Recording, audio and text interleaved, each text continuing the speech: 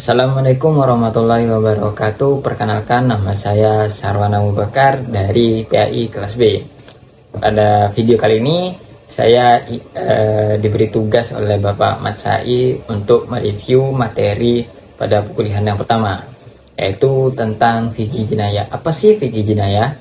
Nah, yaitu hukum pidana Islam yang mengatur tindakan kriminal dalam Islam serta sanksi-sanksi yang diberikan. Jadi fikih jinayah ini seperti tempat pasal gitu loh, kayak undang-undang gitu, tindakan memberikan hukuman kepada orang yang harus diberikan sanksi. Nah, pengertian fikih jinayah secara terminologis yaitu cabang ilmu yang membahas hukum-hukum Islam terkait tindakan pidana yang mencakup kisos. Apa sih itu kisos? Yaitu balasan setimpal, diat, denda. Oke, kalian punya denda, wah kalian harus kalau nggak bayar denda itu ada hukuman. Nah, nanti ada juga di fikih jinayah itu dijelaskan bagaimana hukuman yang benar dalam melakukan tersebut, dan juga seperti kafaroh, tembusan. Oke, di materi yang kedua yang diberikan oleh Bapak itu ada tentang sumber hukum fikih jinayah. Dari mana saja Kak hukum sumber fikih jinayah? Yang pertama yang pastinya dia itu Al-Quran ya. Al-Quran itu sudah lengkap, semua menjelaskan tentang hukum yang ada di dunia dari zaman dulu sampai zaman sekarang masih tetap berlaku dalam Al-Quran. Yang kedua itu ada hadis Rasulullah yang mana penjelasan dari praktek dan hukum Nabi Muhammad. Yang ketiga itu diambil dari ijma. Apa sih itu ijma? Yaitu kesepakatan ulama. Ya, biasanya tuh yang ada di kitab-kitab tentang fikih jinayah kayak Fathul Qorib ya, pasti adalah fikih jinayah itu. Yang terakhir itu ada kias. Yang dimana kias itu dilakukan berdasarkan kesamaan kasus. Jika di kitab-kitab itu tidak ada, maka kita melakukan kesamaan yaitu atau kias. Yang ketiga itu prinsip hukum pidana Islam. Prinsip hukum pidana Islam yang pertama itu adalah keadilan, yang dimana ada di Quran surat An-Nisa ayat 58. Yang kedua manfaat, Quran surat Al-Maidah 119. Yang ketiga legalitas, yang berada di Quran surat Al-Isra ayat 15. Dan yang keempat tidak non-reaktif, atau yaitu berada di Quran An-Nur nomor 4. Yang kelima itu memindahkan kesalahan kepada orang lain. Itu ada di Quran surat Al-Isra ayat 15. Dan yang keenam itu praduga tak bersalah.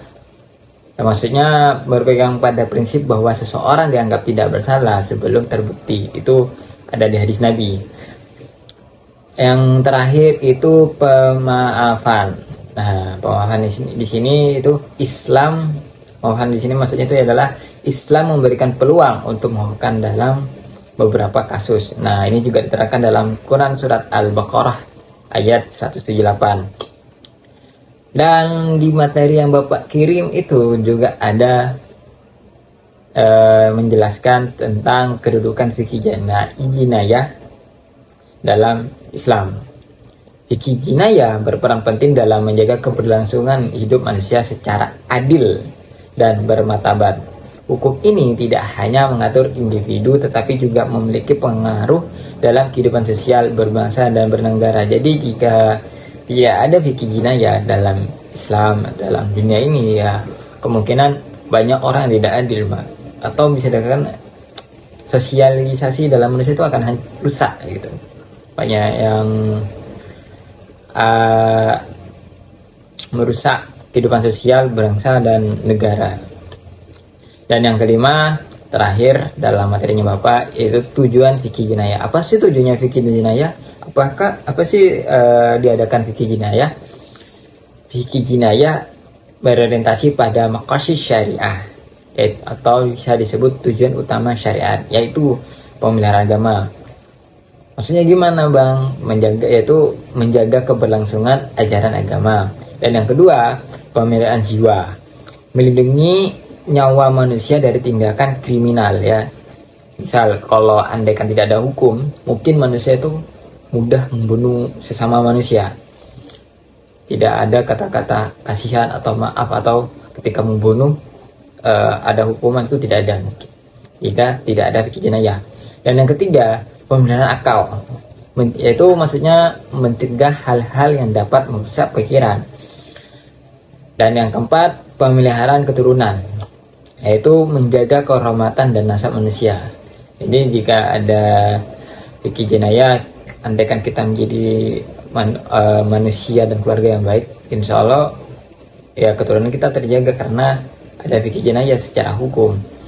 Dan yang terakhir itu kelima, pemeliharaan harta, yaitu mengatur hak kepemilikan dan mencegah pencurian atau perampasan. Nah, jika tidak ada fikih jenayah, maka pencuri itu bebas mencuri. Maka hal tersebut fikih jenayah sangat berguna dalam kehidupan di dunia ini. Mungkin hanya itu saja yang dapat saya review dalam materinya Bapak. Kurang lebihnya mohon maaf. Wassalamualaikum warahmatullahi wabarakatuh.